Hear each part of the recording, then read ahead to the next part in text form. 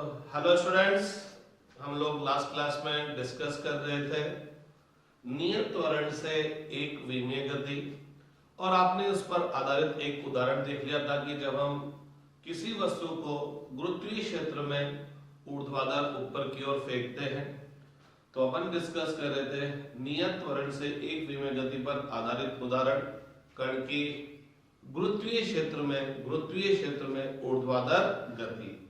तो कल अपन ने क्या किया था, किसी कण को क्या किया था, जमीन से ऊर्ध्वाधर ऊपर की तरफ फेंका था और उसको वहीं पर कैच कर लिया था जहां से आपने फेंका, मीन जहां से फेंका वो वहीं पर आके गिरा है। तो अपन ने इस गति के दौरान जब कण को आपने ऊर्ध्वाधर ऊपर की तरफ फेंका, जैसे जैसे ये ऊपर जाएगा, क्योंकि जैसे ये मेरे हाथ से छूटता है इस पर पृथ्वी के कारण एक गुरुत्वीय बल लगता है, ऊर्ध्वाधर नीचे की ओर बल लगता है, जिसके कारण इसका वेग क्या होता जाता है, कम होता जाता है। वेग कम होने की वजह से इसके अंदर एक त्वरण उत्पन्न होता है। चूंकि यह त्वरण गुरुत्वीय बल के कारण उत्पन्न होता है, इस वजह से इस त्वरण को हम गुरुत्वीय त्वरण कहते हैं और इसको A से प्रदर्शित नहीं करकर G से प्रदर्शित करते हैं। तो आपने इसको ऊर्ध्वाधर जब ऊपर की तरफ फेंका, बल नीचे लग रहा है, या त्वरण की दिशा प्रारंभिक वेग के विपरीत है, तो इसका वेग घटता जाएगा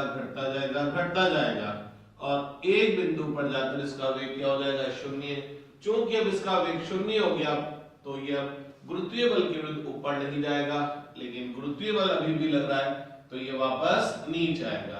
तो आपने जहां से फेंका वापस वहीं पर आके गिरा। जिस बिंदु से आप फेंकते हैं उस बिंदु को बोलते हैं प्रक्षेपण बिंदु, जिस वेग से आप फेंकते हैं उसको बोलते हैं प्रक्षेपण वेग बोलते हैं, जिसको मैं प्रारंभिक वेग भी बोल सकता हूं। तो जहां से फेंका वहीं पर आके ये गिर गया और यहां पर आके इसकी गुरुत्वीय क्षेत्र में ऊर्ध्वाधर गति क्या हो गई, समाप्त हो गई। ठीक है कि नहीं बात। अपन ने एक बात और बोली थी कि अपन इस गति के दौरान सभी स्थानों पर त्वरण क्या मान के चलेंगे, समान मान के चलेंगे। तो ध्यान रखना, गुरुत्वीय क्षेत्र में यह त्वरण तभी समान रहेगा जब कण पृथ्वी की सतह से बहुत अधिक ऊंचाई पर नहीं जाएगा। मींस यहां से लेकर जब कण यहां पर आया तो इन सभी बिंदुओं पर गुरुत्वीय त्वरण एक समान है, क्योंकि अपन ये मान के चल रहे हैं कि ये पृथ्वी की सतह के निकट ही ऊर्ध्वाधर दिशा में सीधी सरल रेखा में गति कर रहा है। अगर इसके द्वारा प्राप्त की गई ऊंचाई बहुत ज्यादा होती तो फिर गति के दौरान गुरुत्वीय त्वरण नियत नहीं होता, अर्थात नियत त्वरण से एक विमीय गति नहीं होती, अर्थात फिर हम इसकी गति का अध्ययन करने के लिए गति की तीनों समीकरणों का उपयोग नहीं कर सकते थे। ठीक, तो हाल फिलहाल तो हमने इसको बहुत ज्यादा ऊपर तक नहीं फेंका, ये पृथ्वी की सतह के समीप ही ऊर्ध्वाधर दिशा में गति कर रहा है, तो इन सब जगह पर गुरुत्वीय त्वरण समान है। तो अपन इसकी गति का अध्ययन करने के लिए गति की तीनों समीकरणों का उपयोग कर लिया था और आपने देखा था कण को प्रक्षेपण बिंदु से अधिकतम ऊंचाई तक पहुंचने में लगा समय कितना था, u/g। कण द्वारा प्राप्त की गई अधिकतम ऊंचाई कितनी आई थी, h बराबर u²/2g। और उड़ीयन काल का वक्त कितनी देर तक उड़ा, तो प्रक्षेपण बिंदु से जब तक इसकी गति खत्म नहीं हो जाती, ऊर्ध्वाधर गति खत्म नहीं हो जाती, तब तक लगा समय उड़ीयन काल कहलाएगा। और ये उड़ीयन काल किसके बराबर आया था, 2u/g। तो आपने बोला था उड़ीयन काल प्रक्षेपण बिंदु से अधिकतम ऊंचाई तक पहुंचने में लगे वाले समय का कितना होगा, दुगुना। तो यहां से एक बात पता लगी, जितने समय में नीचे से ऊपर गया उतने समय में ऊपर से नीचे आया, तभी जाके टोटल टाइम कितना होगा, 2t। ये यहां तक अपने लास्ट क्लास में देख लिया था, लेकिन अब अपन इसके कुछ इंपॉर्टेंट पॉइंट्स को भी कंसीडर करते हैं, कुछ कॉन्सेप्चुअली बात समझने की कोशिश करते हैं। तो यहां से अपन ने इसको फेंका, प्रारंभिक वेग दिया इसको u, तो ये ऊपर जाता है और वापस नीचे आता है। तो अगर आप किसी एक पर्टिकुलर पॉइंट देखें, आपको एक पर्टिकुलर पॉइंट देखें, तो इस पर्टिकुलर पॉइंट से कहीं भी देख सकते हैं कोई सा भी पॉइंट, तो किसी भी एक पॉइंट को अगर आप देखें तो इस पॉइंट से कण दो बार गुजर रहा है, एक बार ऊपर जाते टाइम पर और एक बार इसी बिंदु से वापस आता है नीचे आते टाइम पर। मींस इसी बिंदु पर कण दो बार पहुंचेगा, एक बार ऊपर जाते टाइम पर और एक बार नीचे आते टाइम पर। एक बात है कि कण चाहे ऊपर जा रहा हो चाहे नीचे जा रहा हो, अगर मैं कण का प्रक्षेपण बिंदु से विस्थापन बोलूं, मैं बोलूं कि जब कण ऊपर की तरफ जा रहा था तो ए और सी के मध्य का विस्थापन, तो मैं बोलूंगा प्रारंभिक बिंदु को अंतिम बिंदु से मिलने वाला तीर विस्थापन बताएगा। अब अगर मैं बोलूं कि जब कण सी बिंदु से नीचे की तरफ आ रहा हूं तो ए से सी तक का विस्थापन बताओ, तो मैं बोलूंगा प्रारंभिक बिंदु से अंतिम बिंदु को मिलाने वाला तीर विस्थापन बताएगा। तो पता लगा, अरे ये क्या हुआ, अरे ये क्या हुआ, जब कण ऊपर जा रहा था तब भी विस्थापन ये आया और जब कण नीचे आ रहा है तो भी विस्थापन ये आ रहा है, क्योंकि विस्थापन को आप सब जानते हैं पथ से कोई लेना देना नहीं होता, किस रास्ते पे चल रहा है उससे मतलब नहीं है। विस्थापन के लिए तो क्या है, प्रारंभिक बिंदु को अंतिम बिंदु से मिलाने वाला तीर क्या कहलाता है, विस्थापन कहलाता है। तो पता लगता है कि कण इस सी बिंदु से ऊपर जाए चाहे नीचे आए, इसका ए से सी तक का विस्थापन तो क्या रहेगा, सेम। तो भैया ऊपर जाते टाइम पर भी यही विस्थापन है और सी बिंदु से नीचे आते टाइम पर भी ए के सापेक्ष उतना ही विस्थापन है। लेकिन अगर अपन समय की बात करें तो जब ये नीचे से ऊपर जा रहा है, तो जब ये सी से ऊपर की तरफ जाएगा तो समय कम होगा, फिर ऊपर जाते जाते जाते टाइम बढ़ता जाएगा, फिर टाइम और बढ़ता जाएगा और वापस जब सी पर आएगा तो अलग टाइम पर होगा। तो सिंपल सी बात है, ये दो अलग अलग टाइम पर सी से होकर गुजरेगा। कम वाले समय में तो ये ऊपर जाएगा और ज्यादा समय वाले में ये नीचे आएगा, क्योंकि जब आपने यहां से देखा समय यहां से गिनना शुरू किया तो जब यहां से क्रॉस किया तो समय कम है और जब वापस सी पर आया और नीचे जा रहा तो समय ज्यादा है। बोले तो टाइम की दो वैल्यू पर विस्थापन क्या होगा, सेम। इन दो अलग अलग टाइम पर कण सी से ही होकर गुजरेगा, लेकिन इन दोनों समय पर विस्थापन क्या होगा, सेम होगा। एक और खास बात, इसी सी पर वेग की बात करें तो जब ये ऊपर जा रहा है तो वेग की दिशा ऊपर की तरफ है और जब ये नीचे आ रहा है तो वेग की दिशा नीचे की तरफ है। तो इसी बिंदु सी पर कण के दो वेग आएंगे, एक तो ऊपर जाते टाइम पर और एक नीचे आते टाइम पर। तो थोड़ा सा अपन गौर फरमाएं, अगर अपन विस्थापन और समय की बात करें तो पता लगा समय के इन दो भिन्न भिन्न मानों पर विस्थापन सेम है। तो समय और विस्थापन में समीकरण क्या है, S बराबर ut plus half at square, ठीक है नहीं बात। चूंकि त्वरण किधर की तरफ है, ऊर्ध्वाधर नीचे, और ये त्वरण किसकी वजह से उत्पन्न हो रहा है, गुरुत्वीय बल की वजह से उत्पन्न हो रहा है। तो इस त्वरण को a से नहीं प्रदर्शित करते हैं, g से प्रदर्शित करते हैं और नीचे की तरफ है तो माइनस, क्योंकि मैंने ऊपर वाली दिशा को क्या लिया है, प्लस। तो आप खुद ही देख लीजिए s के एक मान पर t के कितने मान आएंगे, दो, क्योंकि समीकरण t की क्या है, द्विघात समीकरण है, t स्क्वायर है। तो द्विघात समीकरण हो गई और द्विघात समीकरण हो गई तो s के एक ही मान पर t के कितने मान आएंगे, दो मान आएंगे, ठीक है। अब अगर अपन ये देखना चाहें कि s के एक ही मान के लिए t के वो दो अलग अलग मान कौन से होंगे, तो अपन ऐसा करते हैं, लघुत्तम ले लेते हैं। तो मैंने 2 का लघुत्तम ले लिया तो यहाँ 2ut हो गया और यहाँ माइनस gt स्क्वायर हो गया। इस 2 को के से गुणा कर दिया तो ये 2s हो गया। इसको इधर पक्षांतर कर देते हैं, gt square minus 2ut plus 2s equal to 0। तो ये आपकी t की द्विघात समीकरण हो गई और t की द्विघात समीकरण हो गई। और अगर आपको t के मान निकालने तो या तो अपन इसका गुणनखंड करें और गुणनखंड नहीं कर पाते तो क्या लगाएंगे, श्रीधराचार्य, नाम तो सुना होगा, श्रीधराचार्य सूत्र लगाएंगे। तो इसका गुणनखंड करना तो थोड़ा सा मुश्किल जो है, तो मैं क्या लगाऊंगा, इस t के मान निकालने के लिए t के वे मान जो इस समीकरण को संतुष्ट करते हैं, तो इस t के मान निकालने के लिए मैं क्या लगाऊंगा, श्रीधराचार्य। आपको नाम सुना सा लगता होगा, तो आपको स्टैंडर्ड समीकरण दिखाऊं तो आप लोगों ने कभी समीकरण में पढ़ा था कि द्विघात समीकरण ax square plus bx plus c, x की द्विघात समीकरण है। अगर इस समीकरण में गुणनखंड नहीं होते तो x का मान निकालने के लिए श्रीधराचार्य लगाते हैं, minus b plus minus under root b square minus 4ac upon 2a, जहां a क्या भला होती है थी, x स्क्वायर का गुणज बी क्या बनाती थी, x का गुणज, और सी नियतांक जिसमें कोई चर पद नहीं आता है, ये सब अचर पद होगा, नियतांक होगा। तो भैया लेकिन एक और बात, ax square plus bx plus c में यहाँ प्लस आता है, यहाँ पर भी प्लस आता है, तो ये समीकरण एक तरह से t की क्या हो गई, द्विघात समीकरण। ये x की द्विघात समीकरण थी, ये t की द्विघात समीकरण है। तो t स्क्वायर के साथ जो चीज गुणा में होगी वो a होगी, इस t के साथ जो गुणा में होगी वो क्या होगी b, लेकिन यहाँ तो माइनस है, इसको प्लस बना देता हूं और यहाँ पर क्या लिख देता हूं, minus two u, plus into minus minus हो जाएगा।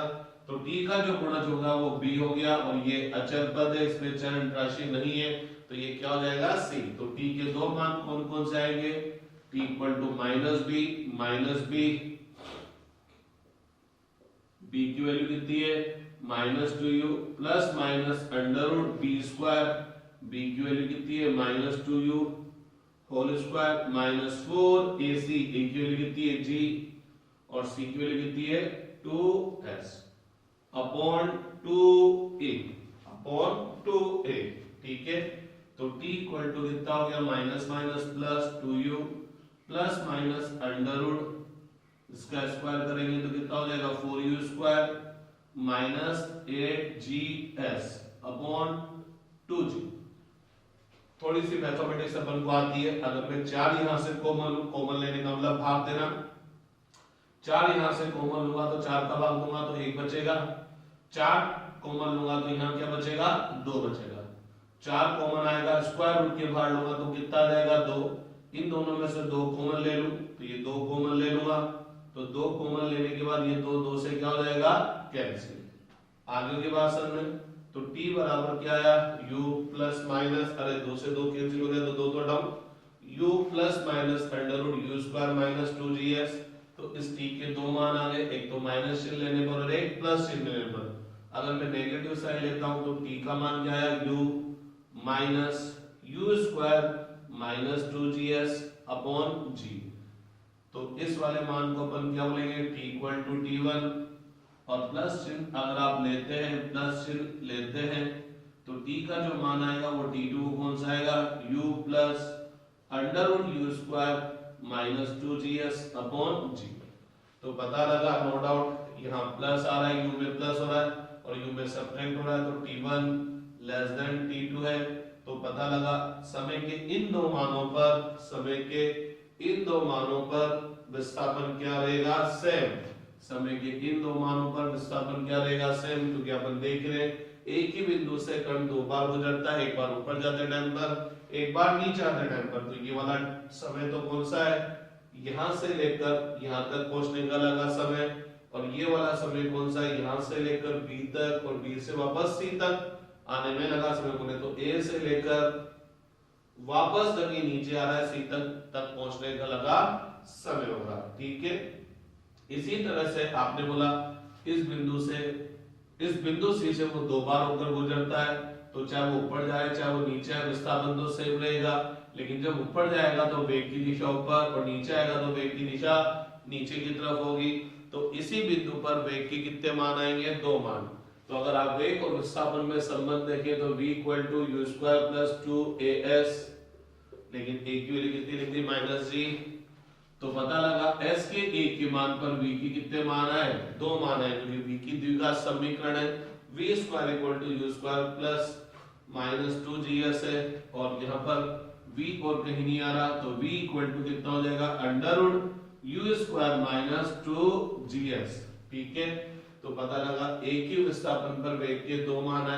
आप बोलेंगे सर यहाँ तो वेग का एक ही मान दिख रहा है, तो भैया लोगों अगर मान लीजिए इसको सोल्व किया और ये 4 आया तो आपके लिए अंडर रूट 4 2 है, लेकिन भैया लोगों मेरे लिए अंडर रूट 4 क्या है प्लस माइनस 2, क्योंकि 4 का अंडर रूट प्लस 2 भी हो सकता है और 4 का अंडर रूट माइनस 2 भी हो सकता है।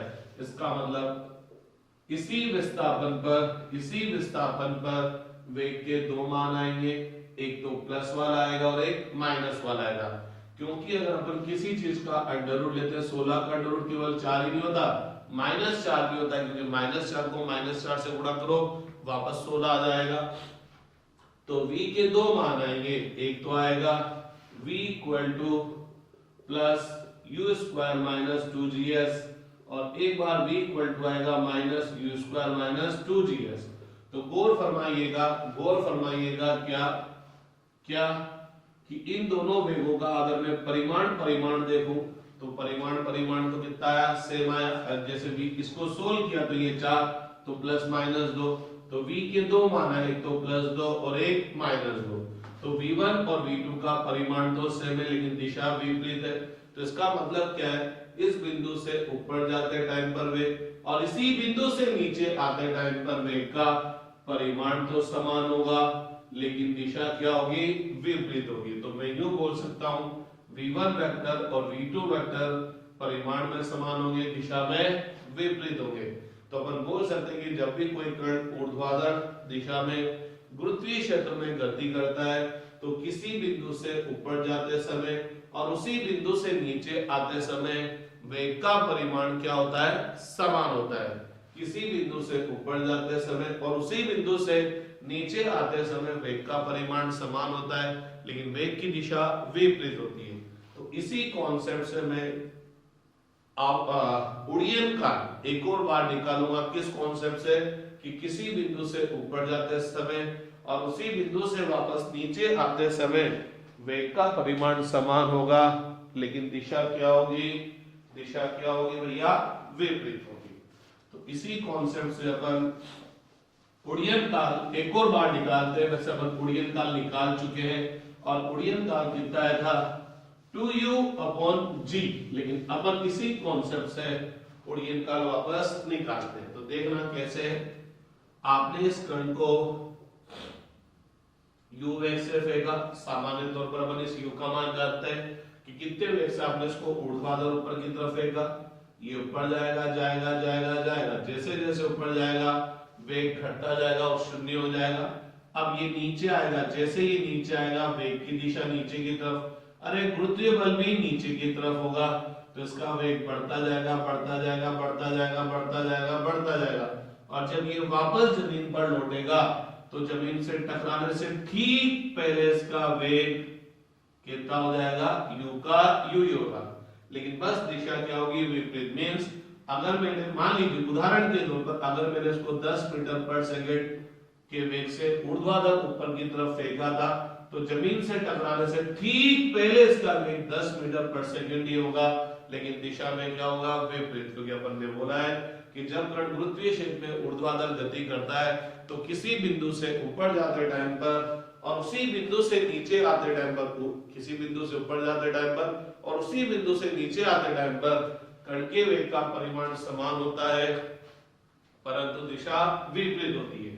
तो अगर मैं इस a को प्रारंभिक लूं और जब ये वापस a पर ही आ गया तो इसको अंतिम लूं, तो अगर मैं a से लेकर a तक की बात करूं तो अब मेरे को एक बात पता लगी कि प्रारंभिक बिंदु पर वेग कितना था, u ऊर्ध्वाधर ऊपर की तरफ, और जो कि लौट के वापस a पर आया है तो अंतिम बिंदु पर वेग भी u ही है लेकिन किधर की तरफ है, ऊर्ध्वाधर नीचे की तरफ। सामान्यतः हम अंतिम बिंदु पर वेग को v से बताते हैं तो v का परिमाण u होगा लेकिन नीचे की तरफ होगा। अगर मैंने a से समय गिनना शुरू किया और जब वापस a पर आया तो टाइम कितना हो गया, t'। बोले तो a से लेकर वापस a तक आने का लगा टाइम, जो कि क्या कहलाएगा, उड़ीयन काल। क्योंकि यहाँ से समय गिनना शुरू किया जब तक वो गति करता रहा तब तक अपन ने समय गिना तो ये समय अंतराल क्या कहलाएगा, उड़ीयन काल। यही मेरे को निकालना है। तो अंतिम बिंदु पर वेग मेरे को पता है, समय निकाला है तो कौन सी लगाऊं, पहले। तो v इक्वल टू क्या बताया, u प्लस at। अब v का मान किसके बराबर है, u के बराबर, लेकिन ये एक्चुअल में v वेक्टर है। परिमाण के साथ साथ क्या आएगी, दिशा भी आएगी।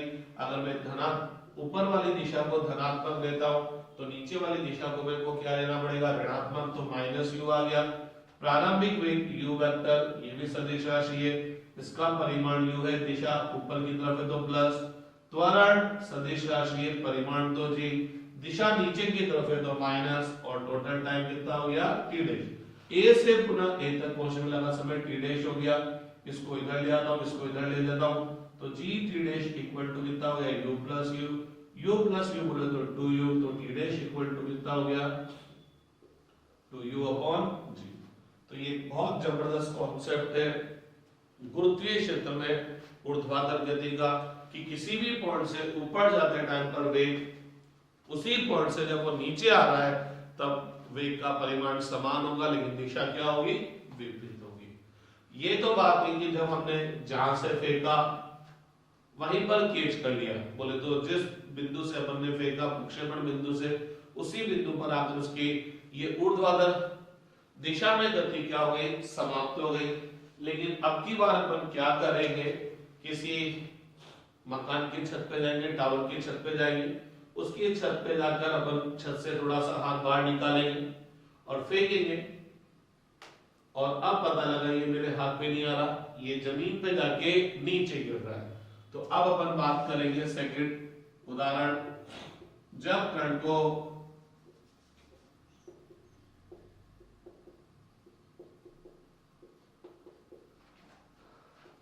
h ऊंचाई की मीनार से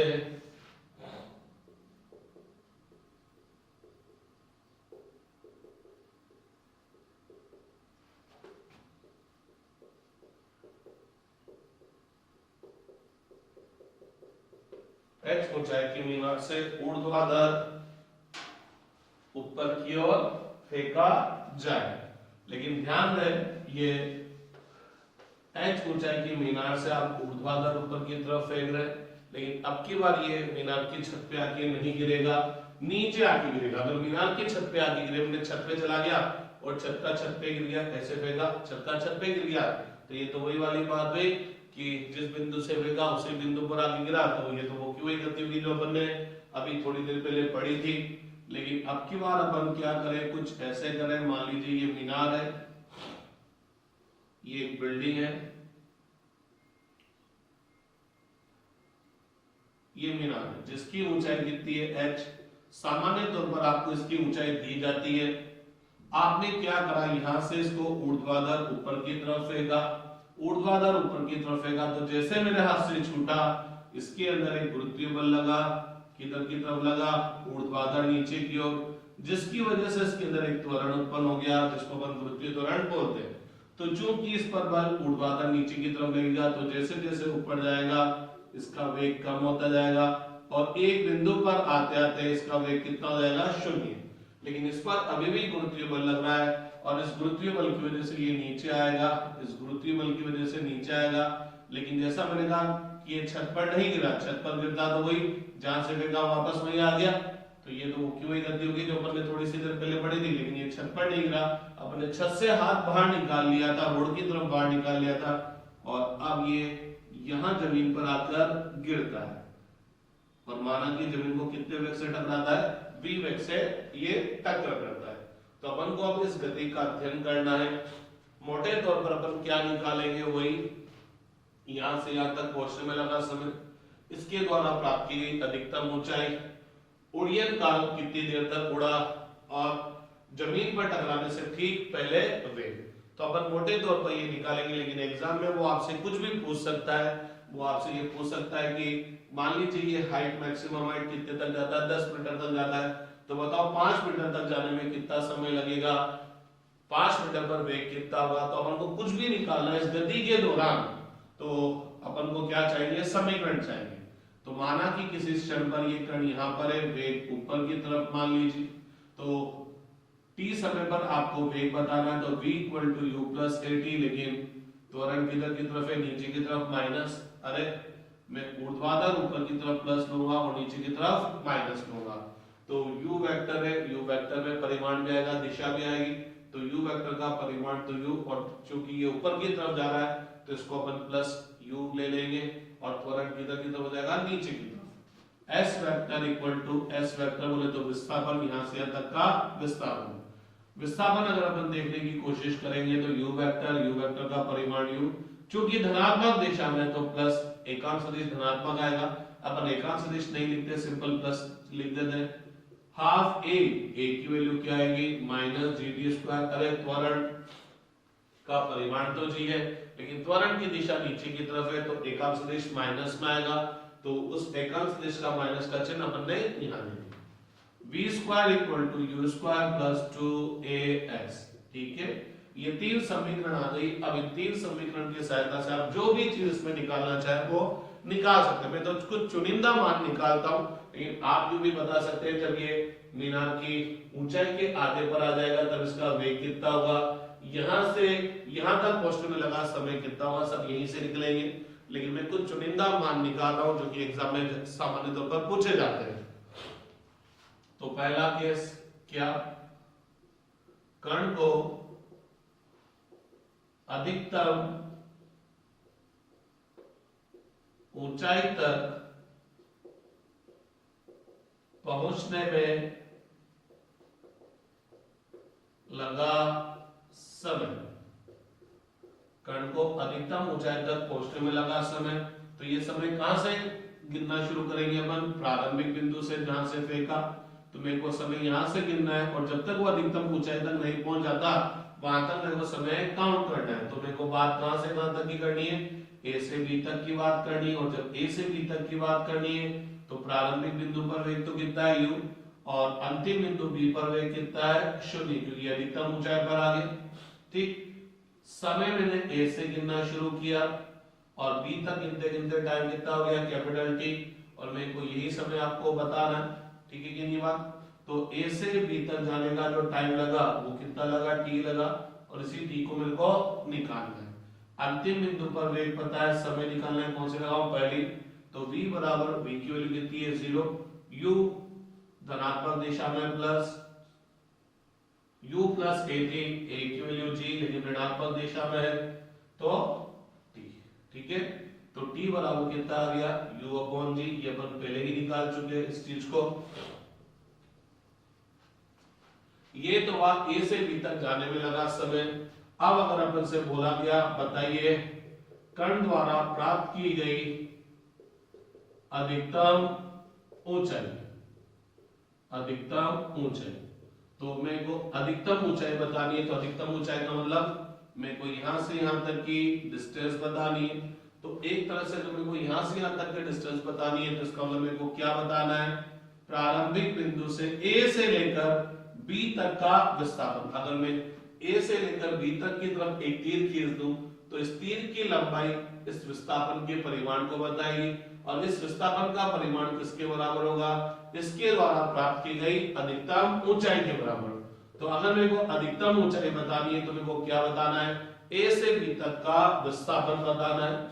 ठीक है, a पर है तो वेग कितना है 0 है, और b पर वेग है तो वेग को मटर कर दिया, a पर है तो वेग कितना है u किधर की तरफ, ऊर्ध्वाधर ऊपर की तरफ, और b पर है तो वेग कितना है 0 है। और मेरे को क्या करना है, a से b तक का विस्थापन ही बताना है, और ये विस्थापन का जो परिमाण आएगा ये यहां से यहां तक की ऊंचाई के बराबर होगा। अधिकतम मैक्सिमम इतनी हाइट पर गया, क्योंकि जब कण इतनी हाइट पे यहां पर पहुंचेगा तो यहां से यहां तक इतनी हाइट पर गया, यहां पर पहुंचेगा तो इतनी हाइट पर, और जब यहां पर पहुंचेगा तो इतनी हाइट पर, इसके बाद तो नीचे आएगा।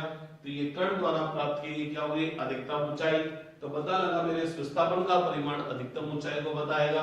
तो मेरे को अंतिम बिंदु पर वेग पता है, विस्थापन मेरे को निकालना है, कौन से लगाऊं, तीसरी, v square equal to u square plus 2as। a की वैल्यू कितनी है -g, और s का वैल्यू कितना है h, तो h इक्वल टू कितना हो गया u स्क्वायर अपॉन 2g। अब अगर अपन बात करते हैं उड़ीयन काल,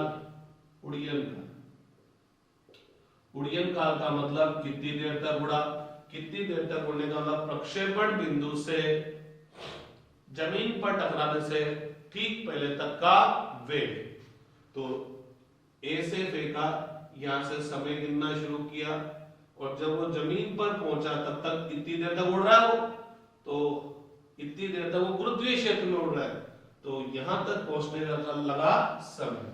तो अगर मेरे को उड़ीयन काल बताना है तो प्रक्षेपण बिंदु से जमीन से ठीक टकराने तक से पहले तक का मेरे को समय बताना है। मुझे तो ए से सी तक का समय बताना है। तो अगर ए से सी तक का समय बताना है तो अपन इसको क्या करें, पहले ए से बी तक का समय निकालें, फिर बी से सी तक का निकालें, फिर दोनों को जोड़ दें। तो ये काम तो थोड़ा भारी पड़ेगा कि पहले ए से बी तक का समय निकालो, फिर बी से सी तक का समय निकालो, और फिर टोटल टाइम निकालो। ये टाइम निकालना तो थोड़ा सा भारी पड़ेगा, टाइम ज्यादा लगेगा। तो अगर मैं थोड़ा सा एक दिमाग लगाऊं, क्योंकि मेरे पास जो गति की द्वितीय समीकरण है वो s वेक्टर बराबर u vector plus a vector t square है, उसमें s वेक्टर क्या होता है, विस्थापन, उसमें s वेक्टर विस्थापन होता है, और विस्थापन होता है तो अगर मैं क्या करूं, a को प्रारंभिक और c को अंतिम बिंदु लूं, तो अगर मैं a से c तक की तरफ एक तीर खींच दूं, a से c तक की तरफ एक तीर खींच दूं, तो इस तीर का ये जो तीर है ये क्या बताएगा, विस्थापन को बताएगा, और इस विस्थापन का जो परिमाण है वो किसके बराबर हो गया, यहां से यहां तक तीर की लंबाई, इस तीर की लंबाई क्या है, मीनार की ऊंचाई।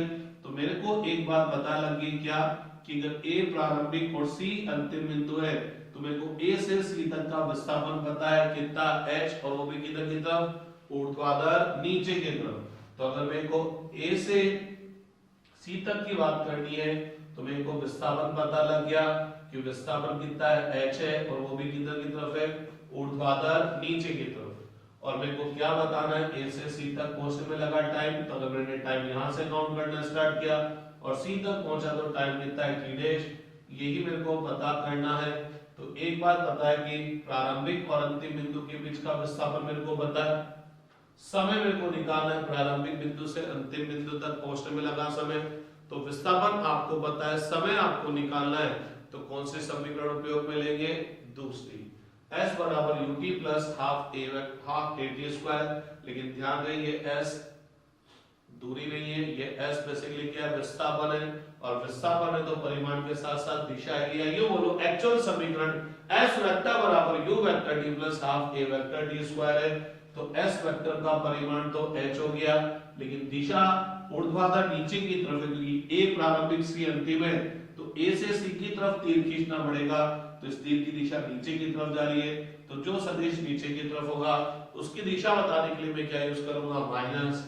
तो s वेक्टर बराबर u vector t, u vector का परिमाण तो u, दिशा धनात्मक है तो plus u into t, plus half a vector t square, a का परिमाण कितना है जी, किधर की तरफ है, नीचे की तरफ, इनटू t स्क्वायर। लेकिन भैया लोगों ये s h के बराबर कब होगा, जब ये समय किसके बराबर होगा, उड़ीयन काल के बराबर। तो जब ये यहां से यहां पर पहुंचेगा तो विस्थापन तो h हो जाएगा ऋणात्मक दिशा में, और समय बढ़ते बढ़ते कितना हो जाएगा, t डैश। आप इजाजत दें तो फिर क्या करूं, लघुत्तम ले लूं, यहां 2 का लघुत्तम ले लिया, 2u t dash minus g t dash square, इस 2 को k से गुणा करके इधर फेंक दूं तो माइनस 2h हो गया, इस जी टी स्क्वायर को इधर ले लेते हैं, g t dash square minus 2u t dash minus 2h equal to 0। अरे भैया ये इधर आएगा तो प्लस, ये इधर आएगा तो माइनस, और माइनस 2h तो इसी। अगेन पता लगा, क्या पता लगा, अरे ये तो टी डैश की क्या हुई, द्विघात समीकरण हो गई। तो अगर आपको टी डैश का मान निकालना है तो या तो अपन क्या करेंगे, गुणनखंड करेंगे, या फिर श्रीधराचार्य लगाएंगे। गुणनखंड करना तो बहुत टफ जो है, तो क्या लगाएंगे, श्रीधराचार्य। तो टी डैश इक्वल टू क्या होगा, माइनस बी, आप सबको पता है टी डैश का गुणन जो होगा वो बी होगा, लेकिन यहाँ माइनस है तो minus 2u minus b plus minus under root b square minus 4ac upon 2 है, तो ये तो सूत्र का माइनस हुआ, और b की वैल्यू कितनी है, minus 2u plus minus under root b square cube, b की वैल्यू माइनस 2u का स्क्वायर माइनस 4a, a की वैल्यू कितनी है g, और c की वैल्यू कितनी है minus 2h upon 2a upon 2a। तो t डैश इक्वल टू क्या हो गया भैया, minus minus plus 2u plus minus under root 4u square plus 8gh upon 2g। यहां से 4 कॉमन आएगा तो यहां क्या बचेगा 2, 4 कॉमन आके अंडर रूट के बाहर आएगा तो कितना बचेगा 2। इन दोनों में से 2 कॉमन आएगा तो ये 2 कॉमन आ गया, तो ये 2 से 2 कैंसिल हो गया भैया लोगों। तो t डैश इक्वल टू कितना आया, t डैश इक्वल टू कितना आया, u plus minus under root u square plus 2gh upon G. तो टी डैश के दो मान आ रहे हैं, तो पहले नेगेटिव साइन ले ले, तो T dash equal to u minus under root u square plus 2gh upon G, और पॉजिटिव साइन ले ले तो T dash equal to u plus u square plus 2gh upon G. तो पता लगा यहाँ उड़ियन काल के दो मान आ रहे हैं, लेकिन अगर अपन थोड़ा सा गौर फरमाएं, मैंने यहां से फेंका, समय यहां से गिरना शुरू किया, और जब ये सी पर पहुंचा तो भैया सी पर तो एक बार ही क्रॉस किया, एक बार ही पहुंचा, इसका मतलब जब ये सी पर पहुंचा तो चूंकि सी पर वो एक बार ही पहुंच रहा है तो टी डैश का केवल क्या आना चाहिए, एक ही मान आना चाहिए। यहाँ तो टी डैश के दो दो मान आ रहे हैं, बोले तो यहां से यहां तक पहुंचने में लगेगा समय का केवल एक ही मान आएगा, क्योंकि यहां से सी से ये दो बार होकर गुजर रहा, दो अलग अलग समय पे होकर नहीं गुजर रहा। लेकिन मेरे यहाँ तो टी डैश के दो मान आ रहे हैं, तो इनमें से एक मान गलत है। कैसे गलत है वो समझने की कोशिश करते हैं। आप थोड़ा सा गौर फरमाओ, अगर मैं यू स्क्वायर का अंडर रूट लूं तो इसका मान कितना आएगा, यू स्क्वायर का अंडर रूट यू ही होगा। लेकिन अगर मैं इस यू स्क्वायर में कुछ चीज जोड़ दूं तो नो डाउट ये वाली वैल्यू यू स्क्वायर से ज्यादा आएगी, और जो कि ये वाली वैल्यू यू स्क्वायर से ज्यादा आएगी तो इसका स्क्वायर रूट भी यू से ज्यादा होगा। बाउंसर जाने कहीं समझ में ना आ रही, तो 4 का स्क्वायर करते हैं तो कितना आता है 4, u का स्क्वायर, एक तरह से u 4 हो गया तो 4 का स्क्वायर 4 हो गया। लेकिन अगर मैं 4 के स्क्वायर में 1 जोड़ दूं तो क्या होगा, क्या इसका मान 4 से आएगा या 4 से कम आएगा, नहीं 4 से ज्यादा आएगा, क्योंकि 4 का स्क्वायर तो कितना हुआ 16, चलो ये 16 हुआ, 16 का स्क्वायर रूट 4 हुआ, तो 4 का स्क्वायर 16, 16 में जोड़ूंगा 17, तो 17 का स्क्वायर रूट नो डाउट 4 से ज्यादा आएगा। तो u स्क्वायर का स्क्वायर रूट तो u स्क्वायर प्लस 2gh का स्क्वायर रूट u से ज्यादा, तो ये वाली वैल्यू u से ज्यादा है, तो ये वाली वैल्यू जब u से ज्यादा है तो u में से इससे ज्यादा वैल्यू घटाओगे तो वैल्यू किस में आएगी, माइनस में आएगी। बोले तो उड़ियन काल मेरा नेगेटिव होगा, और उड़ियन काल नेगेटिव नहीं हो सकता। अरे समय यहां से गिनना शुरू किया तो समय तो बढ़ेगा ही ना भैया, नेगेटिव कैसे होगा, पीछे थोड़ी जाएंगे, तो ये उड़ियन काल का मान नहीं हो सकता, तो उड़ियन काल केवल ये होगा। ठीक बात है कि नहीं, क्लियर। अब अपन एक बात और देखते हैं कि जब ये सी पर पहुंचा तो जमीन पर टकराने से ठीक पहले इसका वेग क्या होगा, तो इसको भी देख लेते हैं अपन। कण का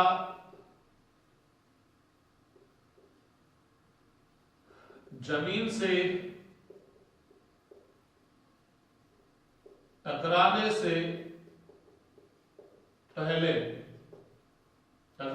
ठीक पहले वेग,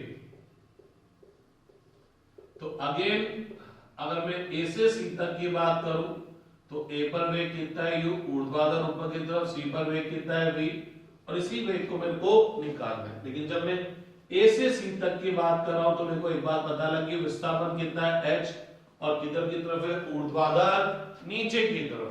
तो मेरे को विस्थापन पता है, मेरे को वेग निकालना है, तो मैं कौन से समीकरण लगाऊं भैया लोगों, तो मैंने आपने कहा तो तीसरी लगा दी, तो v square equal to u square plus 2as, a की वैल्यू कितनी आएगी माइनस जी, क्योंकि नीचे की तरफ है, s की वैल्यू भी कितनी आएगी माइनस h, क्योंकि नीचे की तरफ है, माइनस माइनस क्या बन गया प्लस, तो v इक्वल टू कितना हो जाएगा under root u square plus 2gh।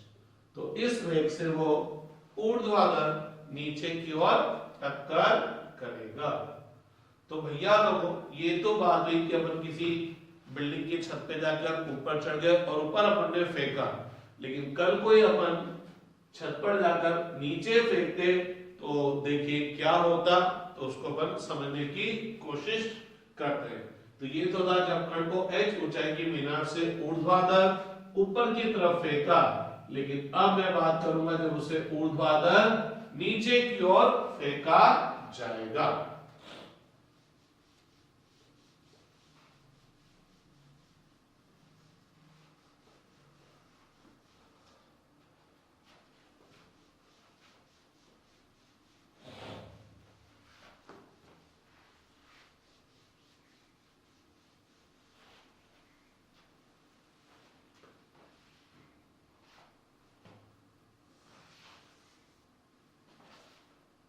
तो साहब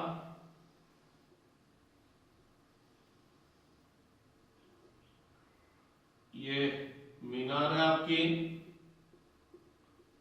जिसकी ऊंचाई कितनी है h, ठीक है। अब की बार आप मीनार की छत पे चढ़ गए और ऊपर फेंकने की बजाय आपने हाथ बाहर निकाला और खट नीचे फेंक दिया, तो आपने नीचे की तरफ इसको प्रारंभिक वेग दिया है। तो अपन सामान्य तौर पर ये निकालना चाहेंगे कि यहां से जमीन तक पहुंचने में इसको कितना समय लगेगा। जमीन पर टकराने से ठीक पहले क्या वेग उसका होगा, अपन ये चीज निकालने की कोशिश करेंगे। लेकिन वो एग्जाम में बीच में भी कुछ भी चीज पहुंच सकता है, तो अपन सबसे पहले क्या करते हैं, समीकरण बनाते हैं। सबसे पहले समीकरण बनाते हैं तो अपन क्या करते हैं, माना कि किसी क्षण पर वो यहां पर पहुंचा, वेग कितना है v, और यहां से यहां तक का विस्थापन कितना है s। अरे त्वरण तो किधर की तरफ है, नीचे की तरफ, तो भैया लोगों प्रारंभिक वेग भी नीचे, त्वरण भी नीचे, तो ऐसा करता हूं नीचे वाली दिशा कोई धनात्मक दिशा मान लेता हूं, बोले तो ऊर्ध्वाधर नीचे वाली दिशा कोई मैंने धनात्मक एकांक सदिश ले लिया, ठीक है। तो अगर मैं यहाँ पर t समय पश्चात वेग देखना चाहता हूं तो v बराबर u प्लस at, u नीचे की तरफ और नीचे को मैंने प्लस ले रखा है, त्वरण भी नीचे की तरफ उसको भी प्लस ले रखा है, ठीक है।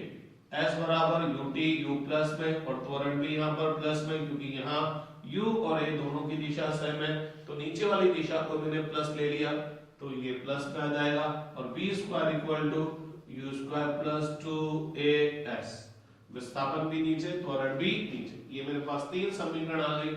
इन तीन समीकरण की सहायता से मैं इस गति में कुछ भी चीज जो निकालना चाहूँ निकाल सकता हूँ। लेकिन हाल फिलहाल में क्या करूंगा, a से b तक पहुंचने का लगा समय, बोले तो एक तरह से उड़ीयन काल निकालूंगा, कितनी देर तक उड़ा। तो भैया a से b तक पहुंचने में लगा समय, तो a से टाइम गिनना शुरू किया और b तक टाइम गिना, ये टाइम मेरे को निकालना है। तो जब a मेरा प्रारंभिक, b मेरा अंतिम, तो क्या मेरे को क्या चीज पता है कि जब ये a से b तक पहुंचा, तो अगर मैं a से b तक की तरफ एक तीर खींच दूं, एक तीर खींचूं a से b की तरफ, तो ये क्या बताएगा, a से b तक का विस्थापन बताएगा, और इस विस्थापन का परिमाण कितना हो गया h। तो ये मेरा विस्थापन हो गया a से b तक का, और इसकी दिशा किधर की तरफ है, ऊर्ध्वाधर नीचे की तरफ। विस्थापन मेरे को पता है, सामान्य तौर पर ये ऊंचाई आपको पता होती है।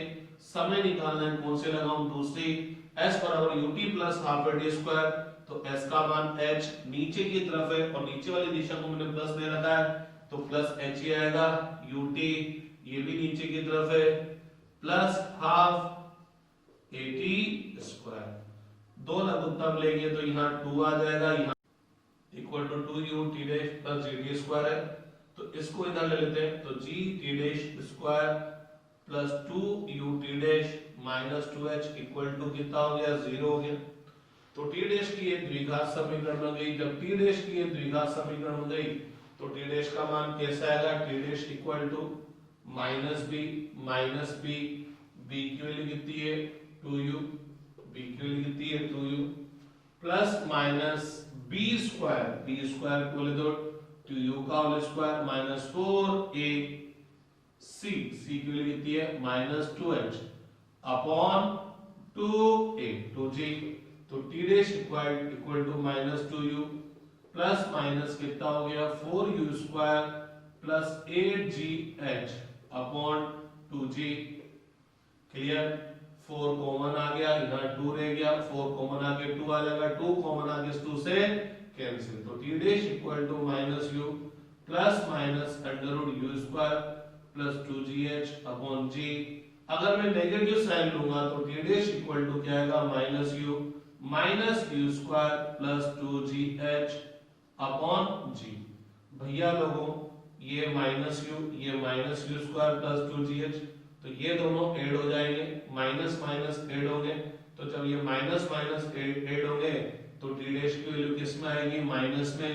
तो माइनस तो पॉसिबल ही नहीं है, क्योंकि टाइम यहां से काउंट करना स्टार्ट किया, यहां तक काउंट किया तो t इक्वल टू 0 ये था, तो यहां से तो टाइम इंक्रीज ही होगा, तो टाइम प्लस में आएगा, तो ये पॉसिबल नहीं है, तो प्लस वाला साइन ले लें, ये वाला प्लस वाला ले लें, तो t डैश इक्वल टू कितना होगा minus u plus under root u square plus 2gh upon G. तो इस केस में ये क्या हो जाएगा, उड़ियन काल हो जाएगा। अब अगर आप चाहे कि यार वो किस वेग से जमीन से टक्कर करेगा, तो जमीन से टक्कर करने से ठीक पहले अगर आप वेग निकालना चाहते हैं, तो अगर आप ए से सी तक की बात करें, ए पर वेग कितना है यू, ऊर्ध्वाधर नीचे की तरफ, और सी बोला या बी बोल दिया अपन ने यहाँ पर, तो बी तक की बात करें तो बी पर पहुंचने पर वेग कितना हुआ वी, और ये मेरे को बताना है। लेकिन जब वो ए से बी तक आएगा तो एक बात है कि विस्थापन कितना होगा, एच होगा। किधर की तरफ होगा, नीचे की तरफ, तो विस्थापन एच हुआ, लेकिन किधर की तरफ, नीचे की तरफ। विस्थापन मेरे को पता है, वेग मेरे को निकालना है, तो कौन सी लगाऊंगा, तीसरी। तो v square equal to u square plus 2as। अरे सबके सब नीचे की तरफ है, और नीचे वाली दिशा को मैंने क्या ले रखा है, प्लस, तो त्वरण भी प्लस, विस्थापन भी प्लस, तो v इक्वल टू कितना हो जाएगा, under root u square plus 2gh।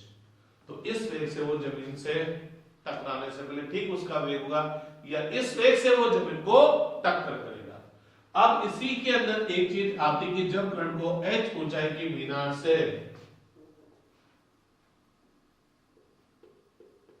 छोड़ा जाए, h ऊंचाई की मीनार से छोड़ा जाए, तो छोड़ने का मतलब क्या है, फेंकने का मतलब क्या है, छोड़ने का मतलब ये, और फेंकने का मतलब ये। फेंकने का मतलब आप उसको प्रारंभिक वेग दे रहे हैं, और छोड़ने का मतलब आप कोई ताकत नहीं लगा रहे, बस छोड़ रहे हैं। तो जब आप उसको छोड़ेंगे तो प्रारंभिक वेग कितना होगा, शून्य, और जब प्रारंभिक वेग शून्य तो ये सब चीजें क्या हो जाएगी, जीरो। तो अब अगर आपने h ऊंचाई की मीनार से या पृथ्वी की सतह से h ऊंचाई से छोड़ दिया है, तो प्रारंभिक वेग कितना हो गया, जीरो। तो यहां से यहां तक पहुंचने का लगा समय बताना है, तो यहां से यहां तक का विस्थापन तो कितना हो गया, h हो गया। यहां से यहां तक का विस्थापन तो कितना हो जाएगा, h हो जाएगा।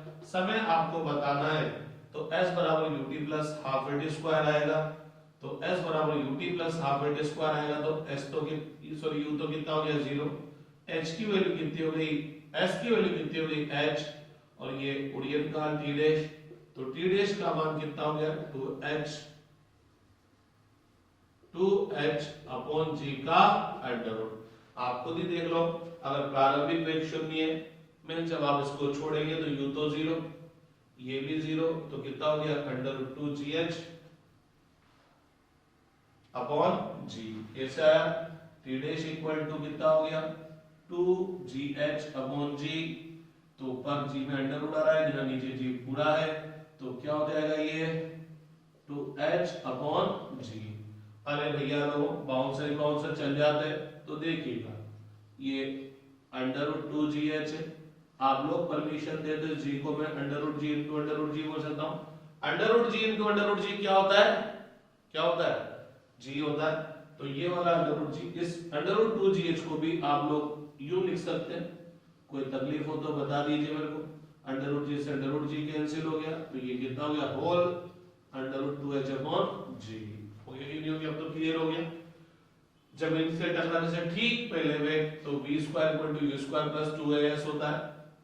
s का मान कितना हो गया, h, u का मान 0, तो v इक्वल टू कितना हो गया, अंडर रूट 2gh, तो वहां u का मान 0 रख दो, तो v इक्वल टू कितना हो जाएगा, अंडर रूट 2gh। तो भैया लोगों ये हुई बात नियत त्वरण से एक विमीय गति पर आधारित उदाहरण, और इस उदाहरण में अपन ने बोला कि जब कण गति कर रहा है तो उस पर केवल एक गुरुत्वीय बल लग रहा है, और गुरुत्वीय बल लग रहा है इसलिए इसका जो त्वरण है वो गुरुत्वीय त्वरण कहला रहा है। इसलिए इस त्वरण को हमने ए से प्रदर्शित नहीं कर जी से प्रदर्शित किया। तो हमने देखा, क्या देखा, गुरुत्वीय क्षेत्र में ऊर्ध्वाधर गति, कि जब कण को ऊर्ध्वाधर ऊपर की तरफ फेंका जाता है, जब किसी मीनार पर चढ़कर ऊर्ध्वाधर ऊपर की तरफ फेंका जाता है, और जब कण को h ऊंचाई की मीनार से ऊर्ध्वाधर नीचे की तरफ फेंका जाता है या इसको छोड़ा जाता है। तो आज की क्लास के लिए इतना ही बहुत है, फिर नेक्स्ट क्लास आगे स्टार्ट करेंगे, ठीक है।